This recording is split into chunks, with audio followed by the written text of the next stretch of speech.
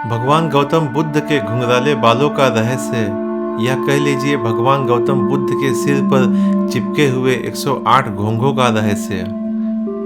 वैसे तो बौद्ध धर्म विश्व के सबसे प्राचीन और सबसे प्रचलित धर्मों में से एक है, यह बात तो आप सभी जानते ही हैं।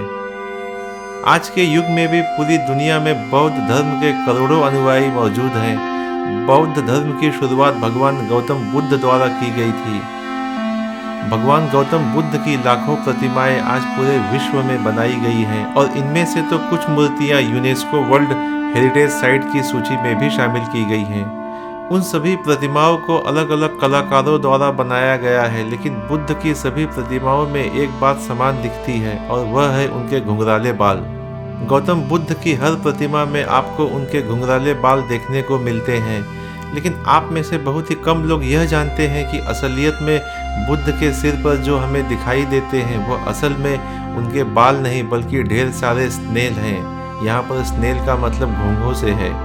बौद्ध धर्म के ग्रंथों में बौद्ध भिक्षुओं के बारे में कई सारे दिशा निर्देश दिए गए हैं। उन दिशा निर्देशों के अनुसार हर इंसान को आत्मज्ञान की प्राप्ति के लिए आपका तन और मन बिल्कुल शुद्ध होना चाहिए।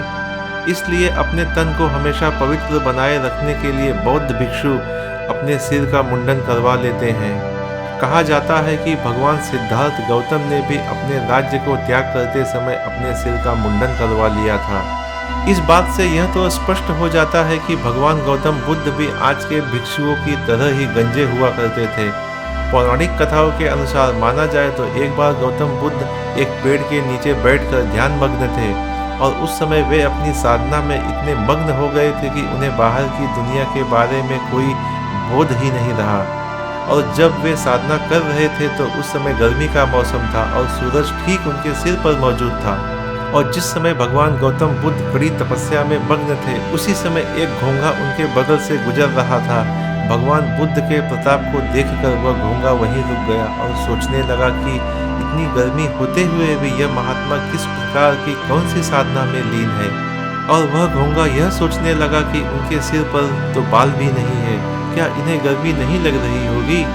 इसीलिए इन्हीं सब बातों का विचार करते हुए वह घोंघा भगवान गौतम बुद्ध के शरीर पर रेंगता हुआ उनके सिर पर जा पहुंचा।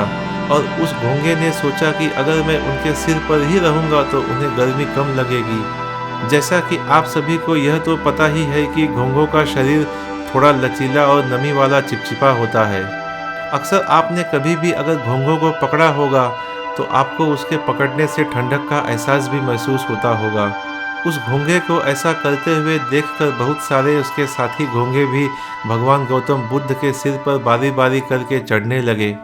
ऐसे कुल 108 घोंघों ने अपने आप को बुद्ध के सिर को पूरी तरह से ढक दिया। इसलिए भगवान बुद्ध को आत्मज्ञान की प्राप्ति पाने में उन 108 घोंघों का उसमें अहम योगदान माना जाता है, जिन्होंने अपनी जान देकर भी उन्हें उस भीषण गर्मी से बचाने में मदद की थी।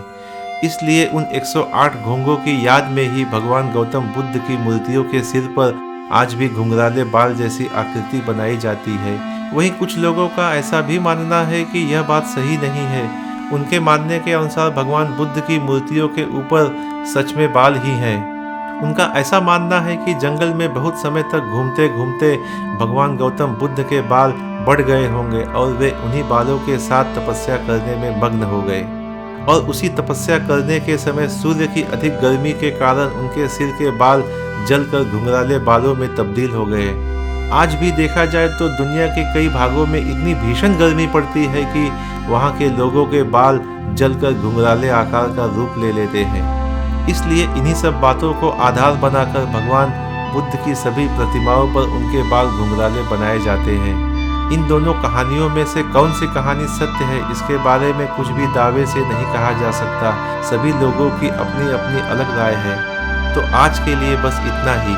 हम आपसे फिर मिलेंगे इसी तरह की एक नई ऐतिहासिक वीडियो के साथ। धन्यवाद।